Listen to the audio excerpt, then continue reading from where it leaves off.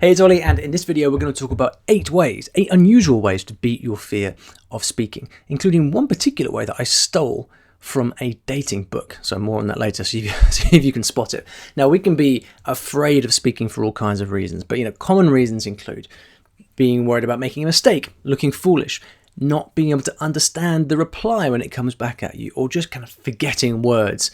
Those words that just evaporate when you need them most. A lot of this comes down to our feeling of status, our feeling of actually wanting to come across as an intelligent adult and not wanting to look like a dumb teenager when we're talking. So it's a very it's a very impactful, it's a very meaningful, sensitive topic, and learning to speak is not everyone's goal in language learning, but for most people we do want to learn to speak, and so it's important that we find ways to actually summon up the courage, control our fear, and start to communicate with people. So here are 8 tips that I've used in the past that have helped me. First up, we have learn the lyrics to a song.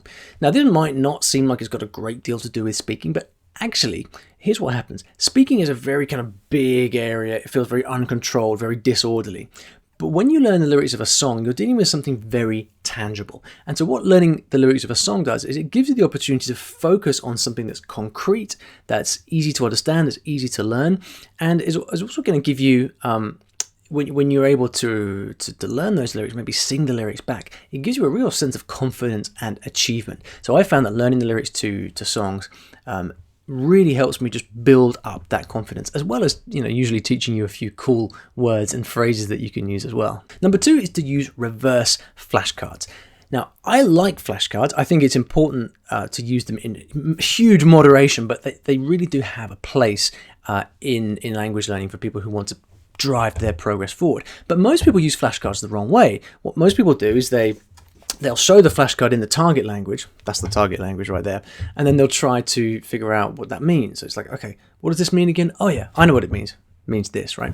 But reverse flashcards does the opposite. With reverse flashcards, what you do is, first of all, you show yourself the side in English or in your mother tongue, which tells you, so that's telling you, right, this is the thing I need to be able to say in the language. That's the side you see first. And then what this does is it forces you to recall the phrase in the target language, and then you can turn it over and then you check.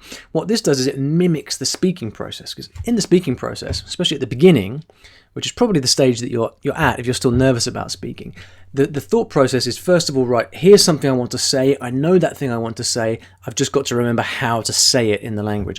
And so what this reverse flashcard process does is it mimics the speaking process, and it trains you to recall the stuff that you need quickly. Number 3 is to write and learn a monologue. Now, when you write a monologue, what this gives you the opportunity to do is to actually express yourself in slow motion.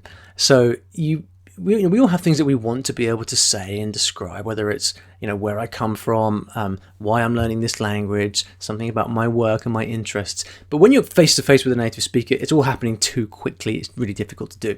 So something I've done a lot of in the past is to sit down and write a monologue on a topic that's going to be useful for me at that time, right? And it's often those topics that I've just described. I'll write it out, I'll take it to my tutor, I'll get it corrected, and then I'll learn and memorize and practice it. And what this does is it gives you what I call glimpses of mastery. So the next time you come to speak with someone, you can recount this stuff from memory. And although that's not what language learning is, like recounting stuff from memory, what it does is it gives you the experience of what it's like to speak to a kind of in a perfect way to a near native level, because you're recounting the stuff that you've learned. And again, this really helps us to kind of build your confidence and give you that stamina that you need. Number 4 is to use apps with voice messaging. Now, I'm not a fan of apps, but I'm not going to go into that here. There are 2 kinds of apps which I think can be really useful for language learners. Number 1 is flashcard apps, like I talked about earlier. But the second kind are language apps which are designed for actually meeting people, other real human beings. Not an algorithm, but meeting real people. How to find good people to meet is a different topic for another day, but using cool apps like HelloTalk or Tandem, you can connect with people and then send them voice messages. So you have a language partner and you could just voice message each other back. Now, this isn't going to be right for everybody, but what this does do is it allows you to actually start having some communication, start to express your ideas in a kind of low pressure situation. You can compose your thoughts, you can put together the sentence, and you can press the button, speak the sentence, get it out there and send it. It's kind of really easing you in to the process of actually speaking with somebody. And then likewise, when you receive the reply, it gives you, you've got the chance to actually listen to it over and over again. So you can practice speaking and listening in a kind of non-threatening way. Now, number 5 is the upgrade from number 4, and this is to find a language partner. If you don't have a language partner, if you don't have somebody with whom you can regularly practice speaking your target language, you're missing out on one of the real gold nuggets of language learning. So much of the languages that I have learned has been learned through having a language partner who I can meet regularly with and practice. I don't like talking to strangers on the street, but I do like having a small number of relationships with people who I really like, who I enjoy spending time with, who I like talking with. And this safe environment gives you the perfect opportunity to just sit and practice your speaking without worrying about what the other person's going to think. Now, the last 3 are things that you can do when you're actually in the country or in the environment when the language is being spoken. This is harder. These ones are harder to do from home, but if you're living in the country where you're learning the language, then these are going to really help you. So number 6, this is a rule that I stole from a very interesting old book called The Game by Neil Strauss, and this is a game all about picking up girls from the early 2000s. Probably wouldn't fly in today's climate. But one of the things that Neil Strauss wrote about in this book, and it's become a very kind of popular meme, is that if you are nervous about going to speak to someone, and in this case for Neil Strauss, it was nervous about going up and speaking to girls, he would invoke what he called the 3-second rule. And the idea behind the 3-second rule is, if you see someone you want to talk to, you've got 3 seconds to go and approach them and talk to them. The idea being that if you wait longer than 3 seconds, you're going to start to overthink it and you'll probably get too nervous and you won't do it.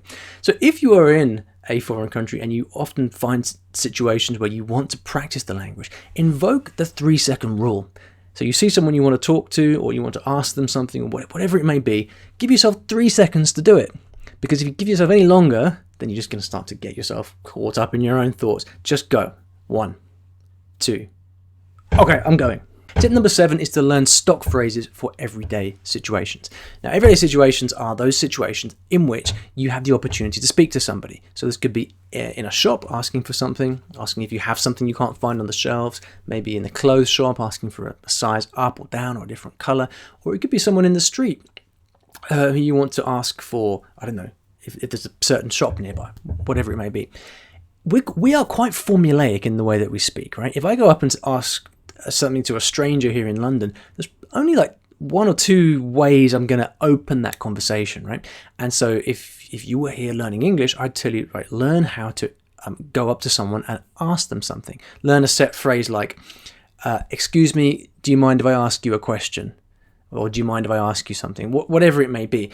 So one thing that I used to do when I lived abroad was to identify all these situations where I had the opportunity to speak to people and then learn phrases for those specific situations. I'd ask my teachers, like, hey, what would you say here exactly? Write it out for me. Help me practice it.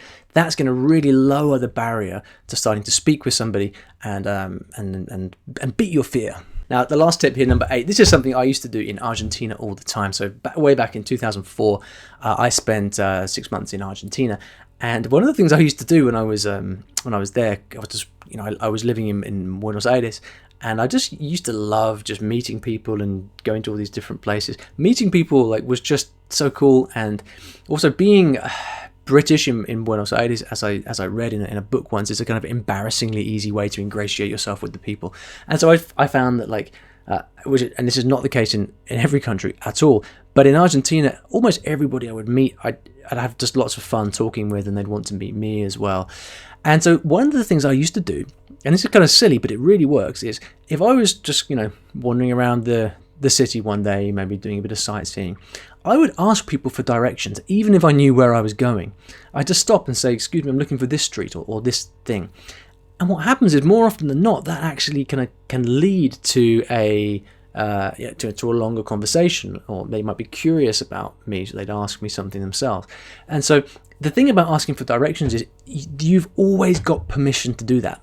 There is never anything weird about asking somebody for directions if they know where such and such a place is, or you're looking for a street number or whatever it is, you've always got permission to ask for directions, and so you can use that to just strike up conversations with people. Again, this is not for everybody, but I found it really useful, and I don't really like this kind of thing, so it worked really well for me. So there you go, 8 ways to beat your fear of speaking in a foreign language. Number 1, learn the lyrics of a song. Number 2, use reverse flashcards. Number 3, write and learn a monologue. Number 4, use apps with voice messaging. Number 5, find yourself a language partner. Trust me, just do it. Number 6, use the 3-second rule to avoid anxiety over approaching someone and speaking to them. Number 7, learn stop phrases for everyday situations. And number 8, ask for directions even if you don't need them. Hope that was useful. Please like this video if it was useful for you. Leave a comment below with your favorite one of these 8 tips, and I'll see you back in the next video.